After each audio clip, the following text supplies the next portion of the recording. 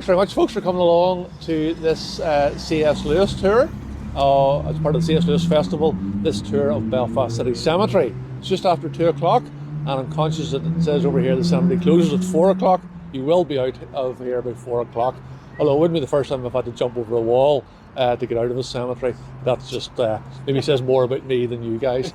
So the format today is that we'll call around at 12 graves, 12 or a dozen, I can't quite remember which one, and of people who played, who would have been known to Lewis and played a significant part in Lewis's life. People think that C.S. Lewis was English, and he did spend the majority of his life in England. But he was born in Belfast, East Belfast, in 1898, and he spent the first 10 years of his life until 1908, when he moved over to England, where he lived for then the majority of his life. He did come back briefly for about 10 minutes to Campbell College, or half a term in Campbell College. So the perception is that he's English, but thankfully now with the C.S. Lewis Festival, C.S. Lewis Square over in East Belfast, people then now are becoming increasingly aware that Lewis was in fact from this neck of the woods. So today we've been joined by 3 actors. I'll not tell you who they are, but you might have guessed. There's a bit of isolation here. Yes, these 3 here. Whoever could the 3 actors be, all dressed in black. So the way it works is we'll just walk around the cemetery. We'll stop at 12 graves, and then I'll introduce one of the 3 actors, whoever they are, and they'll play a particular character, and then I'll do a little bit of a rap afterwards. Bit of a synopsis afterwards. There'll be no rapping. So without further ado, if you follow me, please. Now to Bill Patterson. The name is Patterson, William Patterson, but you can call me Bill. I own an ironmongery business, and I live in a house called Garranard on Belfast Circular Road, a few doors away from Little Lee, where the Lewis family live. Do you know what an ironmonger does? No, I'm testing your metal. Oops. I beg your pardon, I can't help myself. It's a little like a hardware business. I sell iron. Nails, grates, pokers, grids, door knockers, cast or wrought. And I'm talking about iron, not my nerves. It takes nerves of steel, you know. Sorry, I can't help myself. Albert Lewis, Jack's father, and I go back a long, long time. I would have been in and out of the Lewis family home for many, many years. Much laughter we had. Whether it was charades at the fireside or discussion at the dining table, there was plenty of amusement to be had. Everyone joined in. Did you know that Albert's wife, Flora, was a brilliant mathematician? I'll give you a tip. Never discuss infinity with a mathematician. They can go on about it forever. More of a geographer myself. Geology rocks, but geography is where it's at. I do like a little fun. I may not be the handsomest specimen of a gentleman. I know that young Warney once described me as a little bullet-headed man, clean-shaven, and with the wrinkled appearance of a ripe apple. I wasn't quite sure whether to applaud him for his descriptive writing or chastise him for his impudence. Anyway, I must be off. But before we part, I would like to tell you about a man who was walking in this very cemetery some time ago. Well, he was walking along and came upon another man who was on his knees at a grave, handkerchief in hand, sobbing noisily. The first man watched as the man at the grave beat his chest and sobbed into his handkerchief.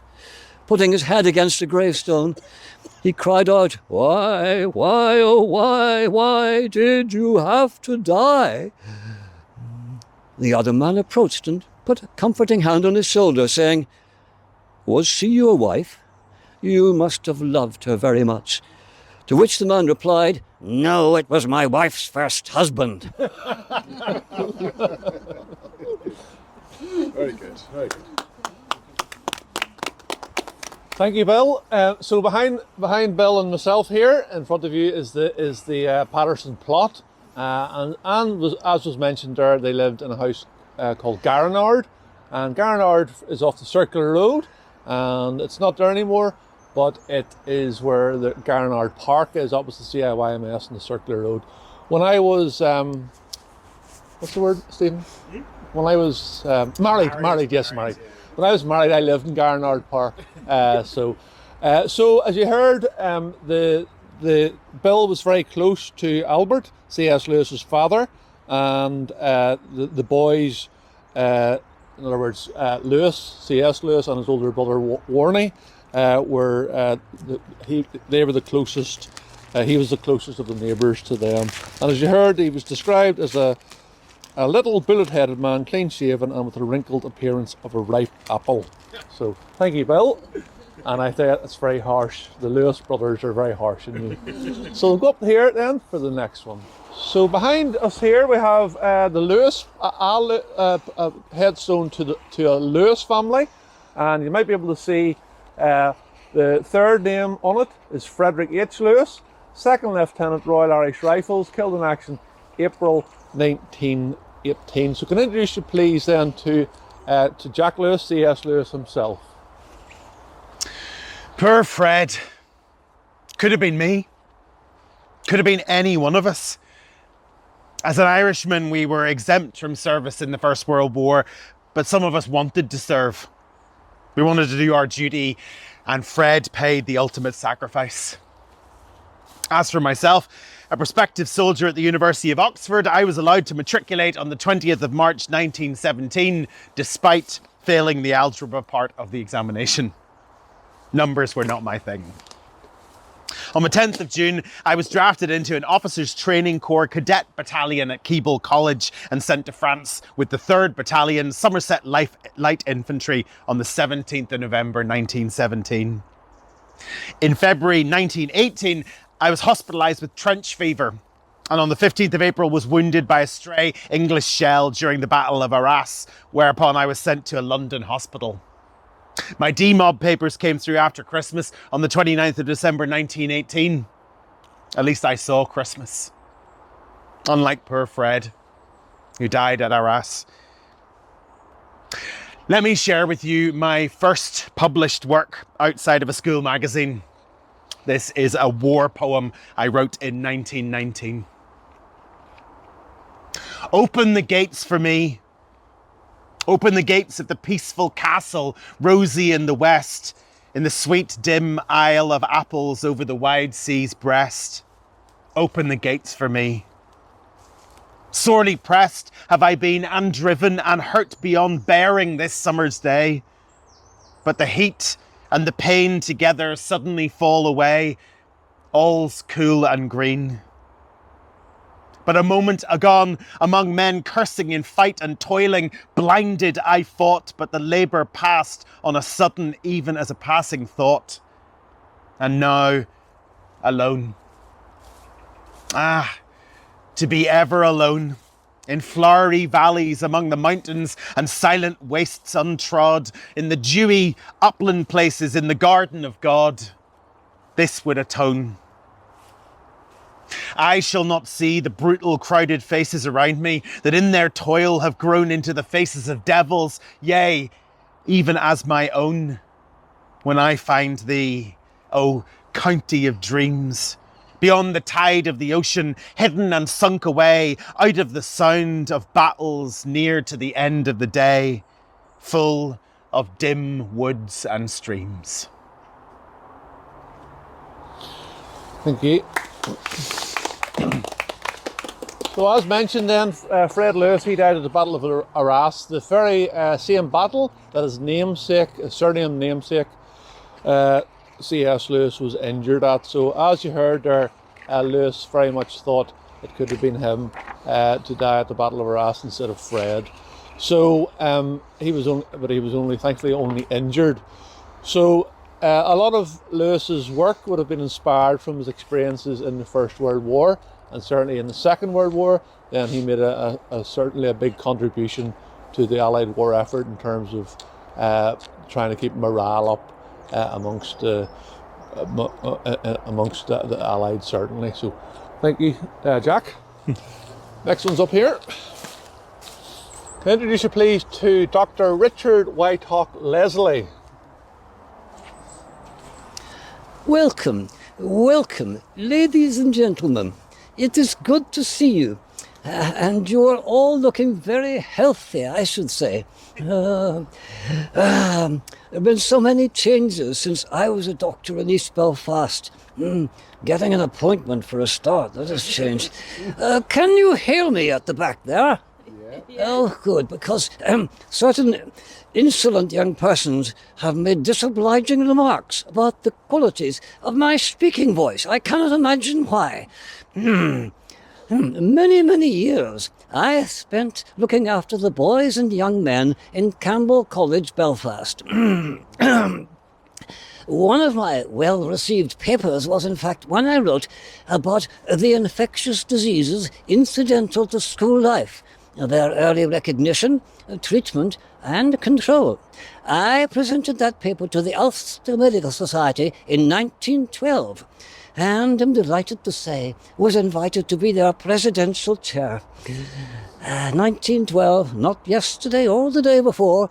We had never heard of world wars or the Spanish flu or the Soviet Union at that stage. Exciting work was, however, happening in the field of blood types. In fact, Joey, the nephew of a good friend, Albert Lewis, is doing good work in that field at the moment. Do you know, my personal motto is also my blood type. Can you guess what it is? Louder, please, madam. Be positive. Yes, it's great to have an intelligent audience. Yes, be positive. Yes. Anyhow, my paper was well received. Measles, mumps, typhoid, Rotheln, which I think you call German measles these days. All part of everyday life. 18 years I spent at Campbell. We had a lovely house, St Helier on the Belmont Road. It used to be owned by a minister who went to a new post in England. When he went, the contents of the house were sold, lock, stock and barrel, as they used to say. Word was that among them were 30 singing splashed and yellow canaries. Can you imagine? Maybe they were going cheap. St Helier was a noisy place when we were there too. My wife and I were blessed with 5 daughters, all boys at work and all girls at home. Funny that, isn't it? Never thought of it that way until now. All up and away now, launched into society, as Mrs. Leslie would have said. Made good matches, although I always thought it was a shame that it never worked out for any of them with the Lewis boys, Jack and Warnie. Albert and Flora always made us very welcome at Little Lee. Very good. So this behind the doctor here is is Dr. Leslie's grave, and you might be able to see in the middle of at the top. It looks almost like a symbol, a dollar sign, but it's actually IHS, Jesus Saviour of Mankind, Iausus Homine Salvatori. So you see it in a lot of headstones represented differently. And Dr. Wisely is commemorated here as have died in 1931, aged 66. So he's predeceased by a daughter who sadly took her own life, aged only 17 at the family home. So she's the first burial in there. And he, as you heard, the doctor was the Lewis brothers and other children in the family, in the neighbourhood, and particularly Campbell, used to tease him about his accent, and he had the unfortunate nickname of Squeaky Dick. But I believe you can now get a cream for that. So thank you, doctor. On the side panel here is Florence Augusta Lewis, wife of A.J. Lewis of Little Lee, Strandtown, died 23rd August 1908, aged only 46. That's C.S. Lewis's mother, Flora Lewis. Can I introduce you then, please, to Flora Lewis? Albert, my Albert. Was he my Albert? Would I be his? Mrs. Flora Lewis. How does that sound? Would Mrs. Flora Lewis still be me? What if by marrying him I would no longer exist? That happens, you know. I suppose by today's standards I would be marrying well. He is a solicitor, you know, Belfast based, whose clients include Belfast Corporation. A man of means. But he is so exuberant, so filled with emotion and enthusiasm, energy and wild ideas. And I am not. Were there ever two so different people on this planet? It is so very hard to be sure, and one needs to be sure about these things. If only people were like my wonderful numbers, a realm of standards, constants, and known quantities. I have always enjoyed the language of numbers. People are different. As I said to Albert in one of my letters, I wonder, do I love you? I am not quite sure, but I know at least that I am very fond of you, and that I should never think of loving anyone else. We married after an 8-year courtship and had 2 wonderful boys, Warnie and Jack. Jack shares my love of reading. Alas, I was not long for this world. When Jack was just 9 years old, I succumbed to cancer. Jack said that he and his brother lost their mother gradually. Jack also said that with my mother's death, all that was tranquil and reliable disappeared from my life.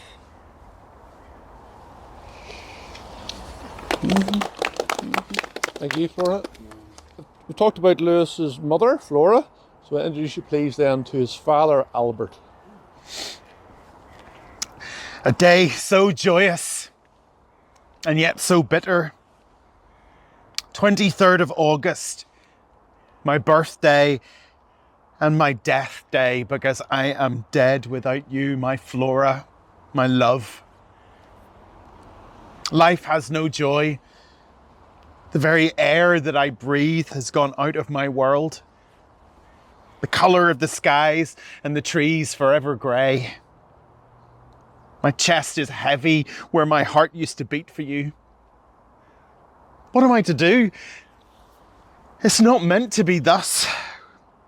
We were to grow old together, to drink tea together, to laugh together, watch our grandchildren grow together.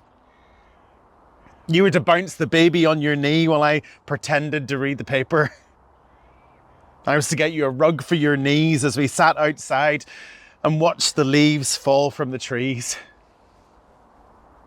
We were to take the waters in Bath and bemoan how complicated the world has got. And our boys. I cannot look at them because I see you. It just hurts too much.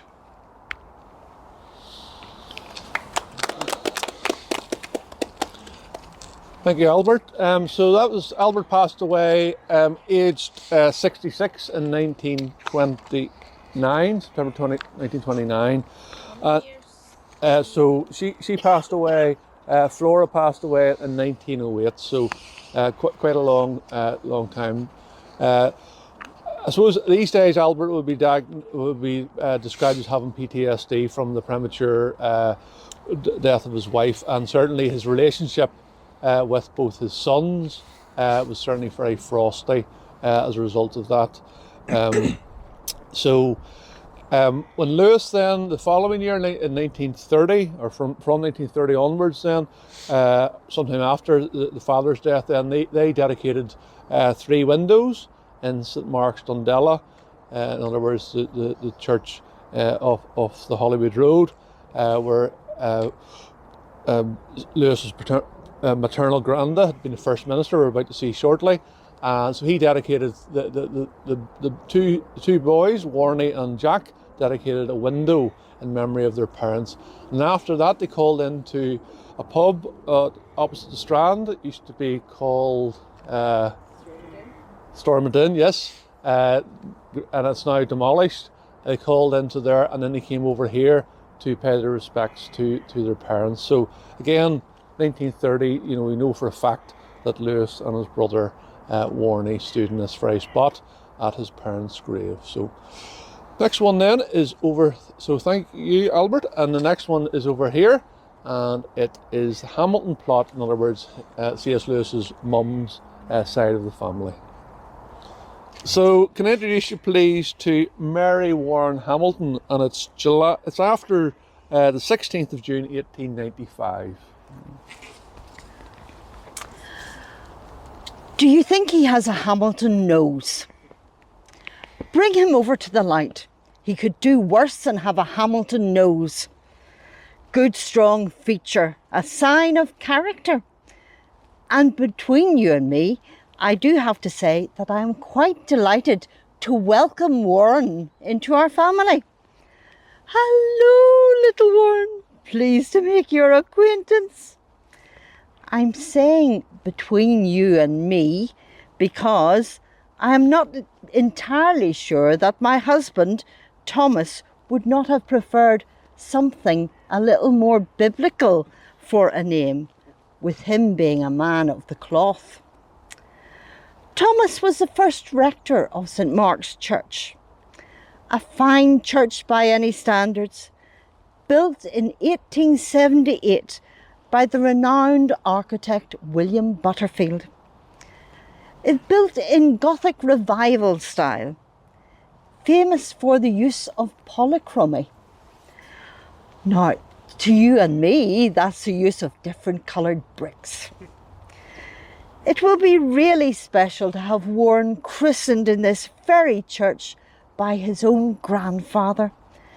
And who knows if Flora and Albert are to have any further little ones. Like a certain famous writer, perhaps. They may be christened there also. They might even grow up and as young men dedicate a wonderful stained glass window in that very church to the memory of their mother Flora, our darling daughter, and her husband Albert. So you can see this plot here was previously a little bit like the previous plot that we called that, and the next plot we called that, with this simple cross on it, but sadly in this occasion the cross has fallen. But on the side panel here then is commemorated Thomas Robert Hamilton, M.A. Clerk and Holy Orders, and it says then for 30 years rector of St. Mark's Dundela. And then below that, it's hard to see, but because of the time of year, but it says Mary Warren Hamilton, and that's C.S. Lewis's mother's mum. So Warren was her maiden name, and that's why C.S. Lewis is, as you heard, his big brother was called Warren. So it's their mother's maiden name.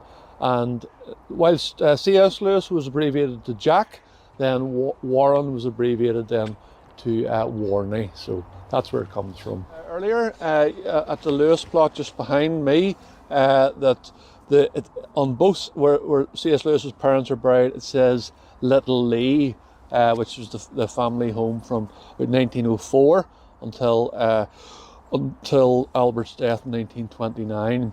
And similarly on this headstone then, we have the residence of the family is marked here. So you'll see here Richard Lewis of Tiassa at Strandtown. Tiassa is Welsh for house that stands alone, because the Lewises were Welsh. So can I introduce you then please to Richard Lewis, C.S. Lewis's paternal grandfather. Now this young man looks like he would know one end of a hammer from another. Fond of a bit of woodworking myself, I was. Let me introduce myself. The name's Lewis, Richard.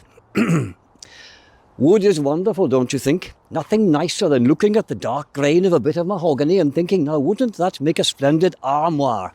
You may know it as a wardrobe. A lot of work in a piece like that. Sanding, staining, carving, varnishing. Measure twice, cut once. Even hanging the door takes a fair bit of skill, don't you know? Needs to stay open when it's open and shut when it's shut. All in the hinges. Made a few wardrobes in my day. Think every house in the family has one. Young Jack even had one in his room at Little Lee. Great for hide and seek. Many's a wet Sunday afternoon I caught a stowaway or two. Not sure I would fit in one myself now.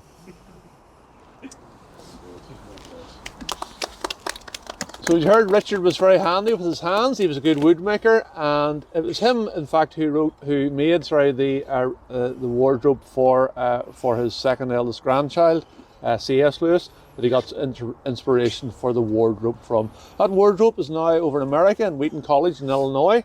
But another interesting thing about Richard Lewis is he was a shipbuilder. He didn't work in a shipyard, he owned a shipyard. And we'll hear mention of that shipyard again shortly. It was called McIlwain and Lewis, the Lewis in question being Richard Lewis. So thank you, Richard. So we're here at the McNeil grave, and it's 1953, and can I introduce you please to Janie McNeil. Of course, being the daughter of the first headmaster of Campbell College, Belfast, I was used to standing up for myself in the company of men. Boys, all of them. And it has to be said that a great deal of them lacked any sense at all, in my opinion. I was never the sort of girl who would have embroidered handkerchiefs or picked and pressed wildflowers or ate Madeira cake and lost myself in French romance novels. I do have to confess that I enjoy the company of men, though not simpering up to their silly jokes or looking up at them through my eyelashes. Give me debate, informed discussion and intelligent company instead, any day of the week. Watch me debate and verbally spar as well as many a man. It has to be said that sometimes winning was just too easy. I was at ease bidding at a bridge table as I was cycling round the neighbourhood. I have friends who you might call shrinking violets, but that is not a term that was often used in reference to myself. I did have plenty of admirers and friends, of course. We would have all played charades and bridge with the Greaves and Lewis brothers at Little Lee, of course, as well as the Ewart family at their houses, Schomberg on the Belmont Road, and of course Glenmackin. I would have kept in touch with Jack for some time, and I do feature, of course, in his autobiography, Surprised by Joy. That was pleasant, much more pleasant than a passing and not too favourable, if thinly veiled, reference to myself in The Voyage of the Dawn Treader. Teetotal, non-smoking woman indeed, who wore a special kind of underwear? And don't get me started on that hideous strength. I was very excited to learn of that dedication until I learned a little more about it.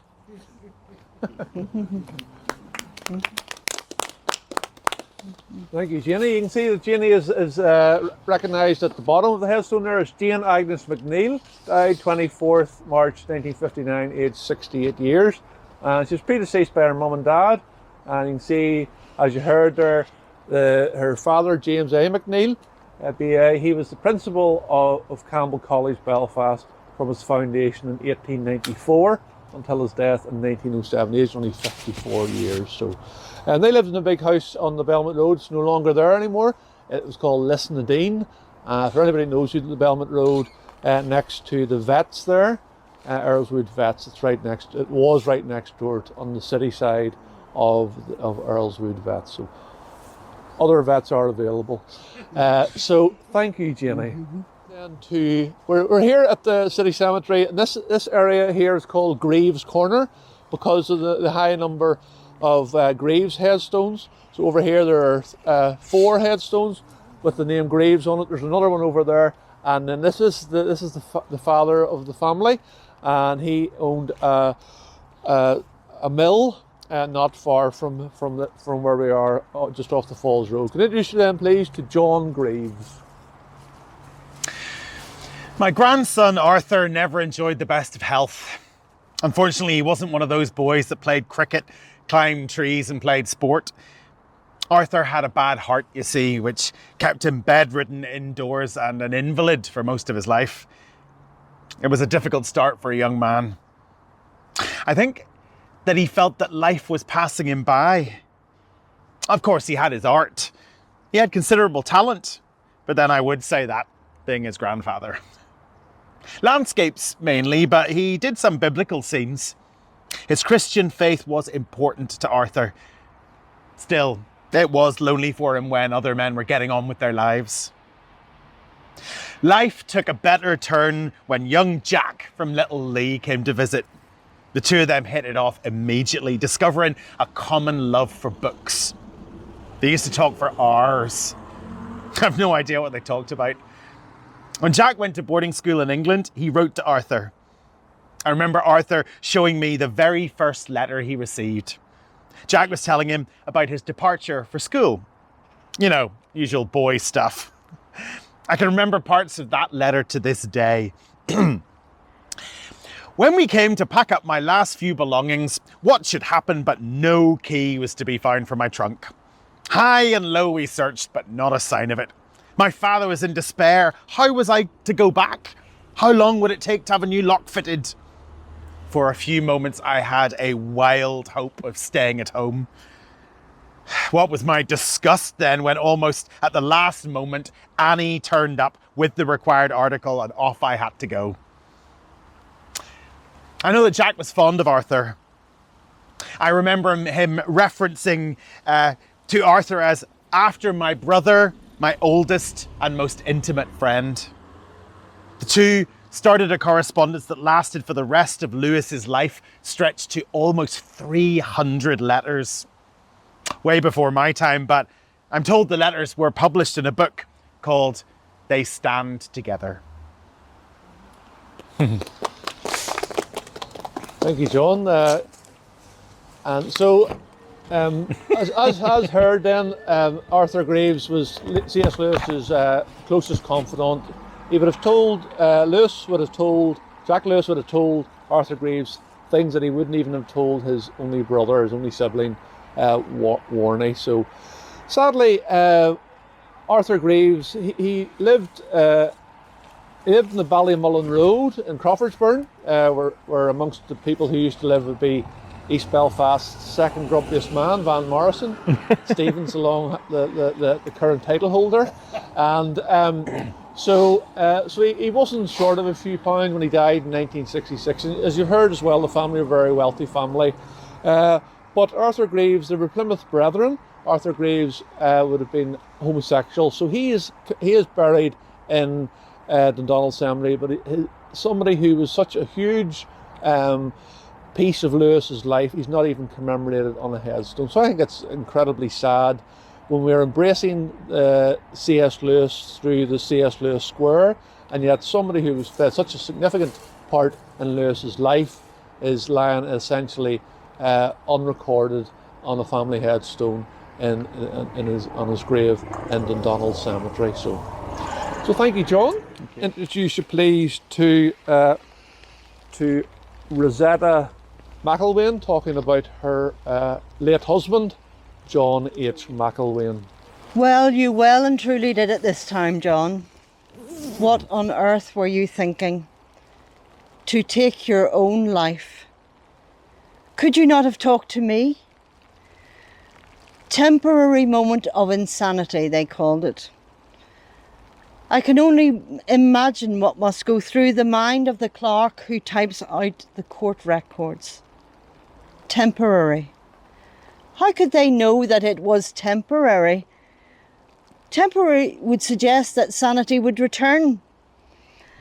I think that it was more likely a permanent moment of insanity. Well, It is permanent enough for me. We had it all, John. The lovely house, the best of addresses, and calling cards on our whole table from every respected businessman in Belfast and beyond. Remember when you and Richard Lewis met in Dublin and decided to go into partnership together? Shipbuilding. You even had your own Titanic. Oh, John, how I miss you. Why can't we be that young couple again? Remember that night by the fireside in the drawing room? To this day, I see you sitting on the fender, toasting crumpets for me to butter. We were happy then, John. At least I thought we were happy. Were you not happy, John? Were you not happy when I made you read my aunt's book of Greek myths and legends? You know, the one from the little carousel bookcase in the drawing room. Were you not happy when we read to each other? Tales of Titans. What a lot of them there were. Atlas, who was so strong that he held the world on his shoulders, and Zeus and Poseidon. Who were the others, John? Can you remember their names, John? Titanic names. And there it was, the name of your latest ship, Titanic, built in Belfast, lasted over 20 years. Why did you leave me, John? Why did you do it?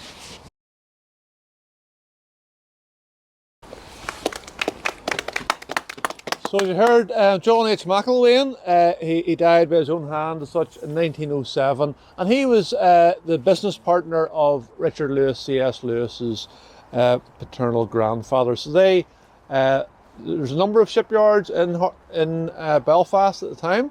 We all know about Harland Wolff, perhaps also know about Workman Clark, which is known as the Wee Yard, but there's a third shipyard called McIlwain and Lewis.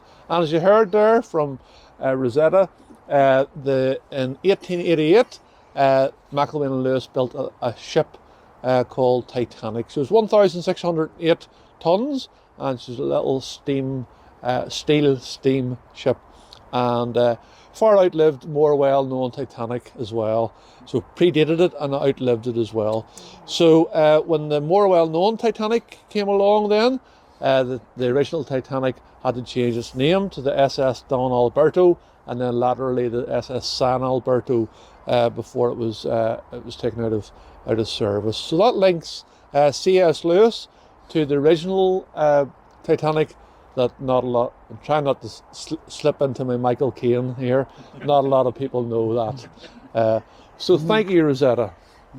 So behind me here, then we have the Thompson Memorial, and the Thompsons lived in a little house called Penryn. I'm being sarcastic when I say little, because then the house is still there.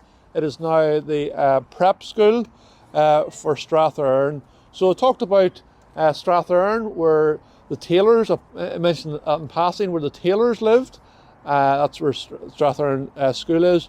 But the Thompsons lived in Penryn. My daughter went to Penryn, nearly bankrupted me in the process. So, oh, did I? I was the only one walking my daughter, because they lived close by, as I mentioned earlier, walking my daughter with a push bike, while everybody else was dropping off their little darlings in their Chelsea tractors. And they were handkerchief manufacturers. So the house still exists now. So I'm going to introduce you, please, then to C.S. Lewis, writing to his friend who we heard about earlier, Arthur Greaves. Oh, Arthur, how I wish that I could be there with you, with Jimmy Thompson, Janie, and the Leslie sisters at Penryn. I would give anything to be sitting banjo on knee in the chairs in the drawing room once again.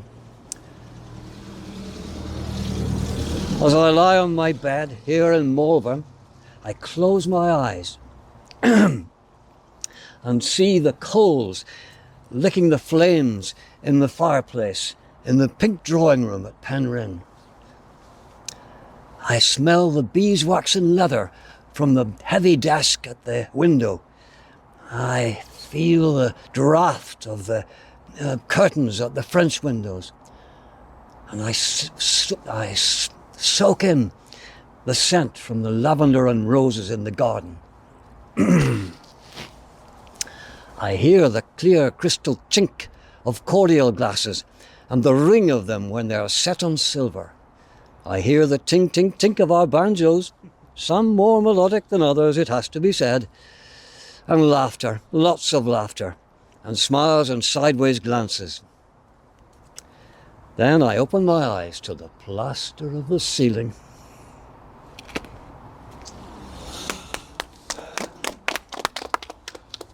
Thank you, Jack. So you can perhaps see that a grandson is commemorated here of the Thompsons, Major Robert Lloyd Thompson, MC Military Cross, Royal Field Artillery, killed in action at Cambrai, France. Goodness, I think that says 1st December 1917, which is today's the 1st of December. And unusually he's commemorated on 2 headstones. So he's not buried there, he's buried out over in France, but he's commemorated on another Thompson plaque over in Dundonald Cemetery. And he's also commemorated, I mentioned earlier about the 3 stained glass windows in St Mark's, Dundela. Robert Lloyd Thompson and the Thompson family of Penryn are commemorated on the stained glass window right neighbouring the Lewis windows in St Mark's, Dundela. So thank you, Jack. We're over this way then to the last one. So this is the Cleaver grave, and you might be familiar with Cleaver as in Robinson and Cleaver. So there are members of the Robinsons buried in here, but the Robinson family, but these are the Cleavers. Sadly now Robinson Cleavers is no longer there, but the building is still there, and recently opened with the Ivy restaurant. So can I introduce please then to Warnie Lewis writing to his brother Jack. It hit me, Jack. Your letter hit me. Especially the bit where you referred to going to Robinson Cleavers to get a black tie and suddenly realising that you can never put anything down on his account again. Hard to believe Father's gone. Robinson Cleaver, my. What a wonderful place that was. The beating heart of Belfast. Glacial polished floors and little golden glass islands of mahogany counters. Hats and gloves and hairpins and ties, mirrors everywhere. And do you remember the smell when you went in through the door, shaking your umbrella from the rain? The waft of beeswax polish, rose face creams and French perfumes. Remember going there with Mama at Christmas, Jack? The time when I told you that the eyes of Mama's fox fur were following you, and you believed me. And then there was the staircase. Magnificent, wide and carpeted, soft to the foot, stretching up and round the corner and up again. To go up those stairs was special. Up into the quiet, away from the bustle and the chatter below. And then there was the day with the suitcases. Do you remember that day, Jack? Suitcases on the stairs, both sides, top to bottom. Remember the 2 boys who pushed the ones at the top on either side, and down the cases came one by one like rows of dominoes in perfect symmetry? How we laughed. And the commotion. I'm sure that those boys got their ears warmed. More than once, I would have thought Mr. Parsons from the gentleman's department certainly had them in his sights. He would have thought he could move that fast. I would imagine that they probably also caught it from their mother when they got home.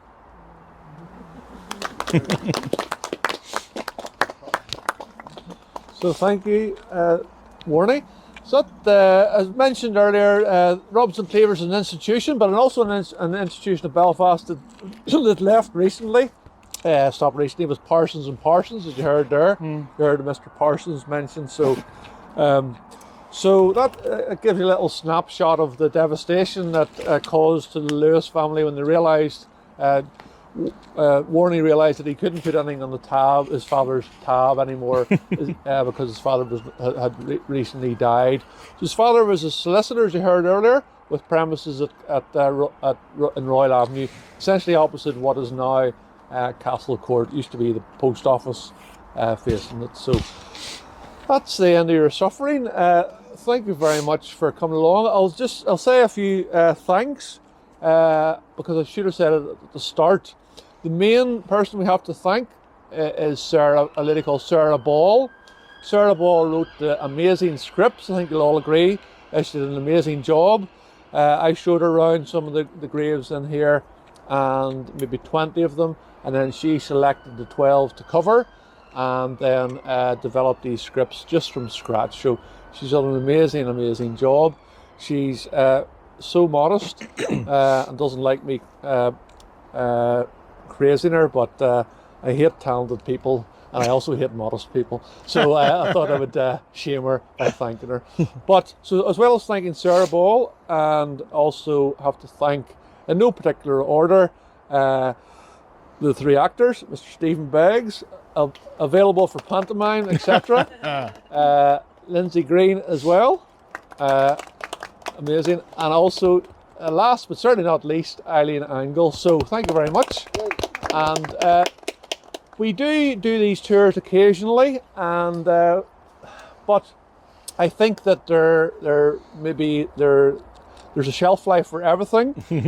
So sometimes I think, no, well, it's reached its shelf life, and then I do the tour and I think, actually, I'd be ashamed to stop these. So if you'd be kind enough, I can give you my business card for two reasons. If you'd be kind enough to say, if you enjoyed the tour, which I very much hope you did, if you'd be kind enough to send a quick message to the Eastside Visitor Centre, or to me, I could send it on, just to say how much you enjoyed it, and maybe we can put it on again next year as part of the C.S. Lewis Festival. We also put it on for this year for the Eastside Arts Festival, because I think there's merit in doing it for both festivals. But again, it's only if we can get the numbers to make it worth Eastside's partnership's time. So I'll give you my card. Also, I have a YouTube channel which Justin does a fantastic job on. We put up one video a week, usually from Northern Ireland, but we have done quite a number down south now, down the south of Ireland. And we even had one from Gustav Wolf's grave last week in Brompton Cemetery in London. So what I'm trying to say is we don't bombard you with information. One video, usually one, sometimes two videos a week. Again, thanks very much for coming. I'm going back to the entrance door exit, so follow me.